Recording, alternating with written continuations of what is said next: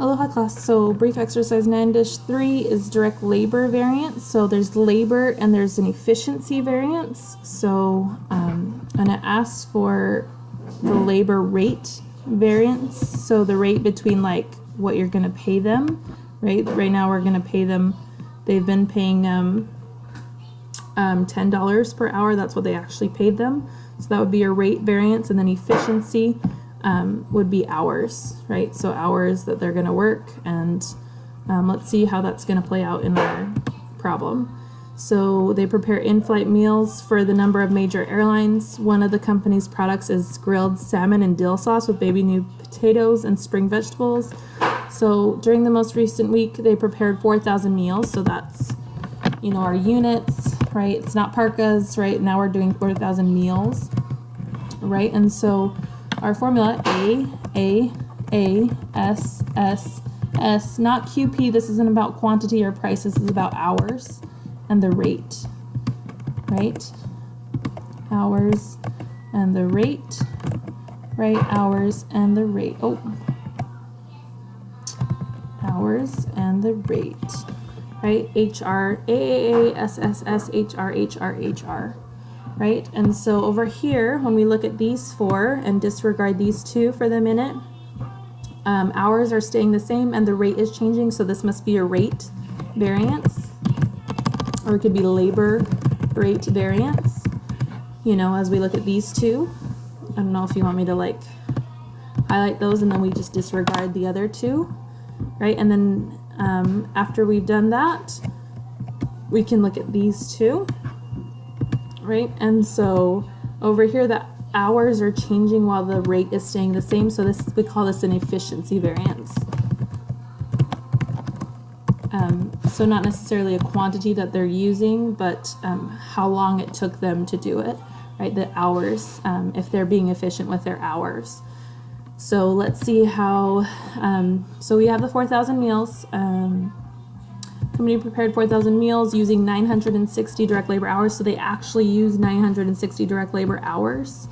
Actual hours 960. That seems like it's on a total basis, right? And the company paid these direct labor workers $10 per hour. So that was the actual rate that they paid them for $9,600, right? So they paid them an actual rate of $10 an hour, right? Actual hours 960. So in total, these two.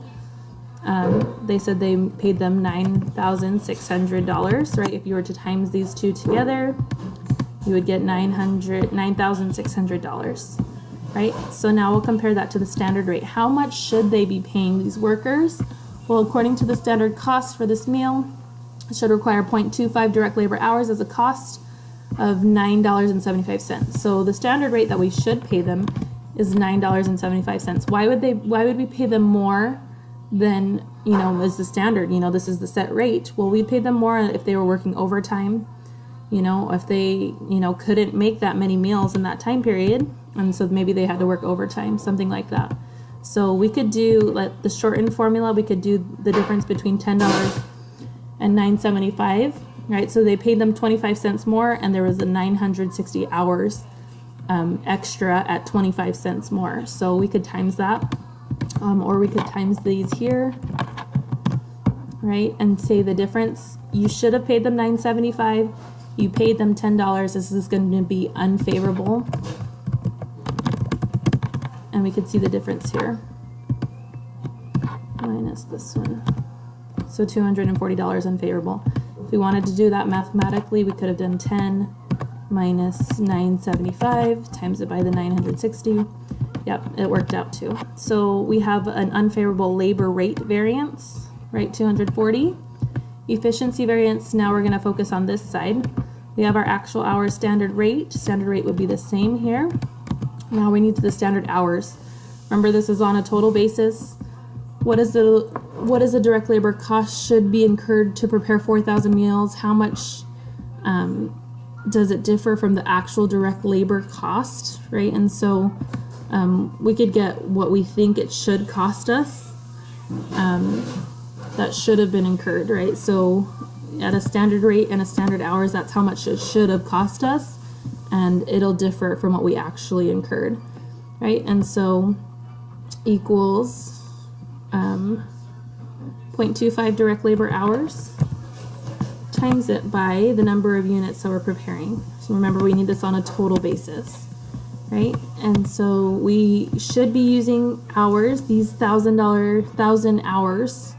We should be using 1,000 hours to prepare 4,000 meals, and we used less. So we should have a favorable variance that we came in under hours there, but we paid them more. We paid them more, but we came in under hours, right? And we could do this one times it by this one and compare.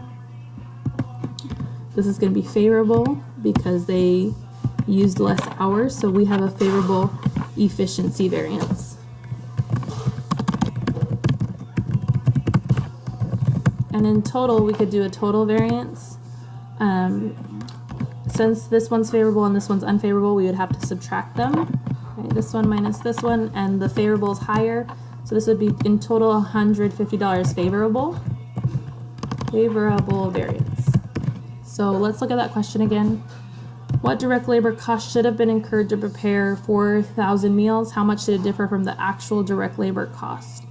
So they should have incurred, let's see, they should have incurred $9,750, and then they actually incurred $9,600. So I would say they were $150 favorable. I would think they're looking for that total variance there. And then we have the breaking down of the labor rate variance and the favorable efficiency variance. So this is for exercise, brief exercise 9-3.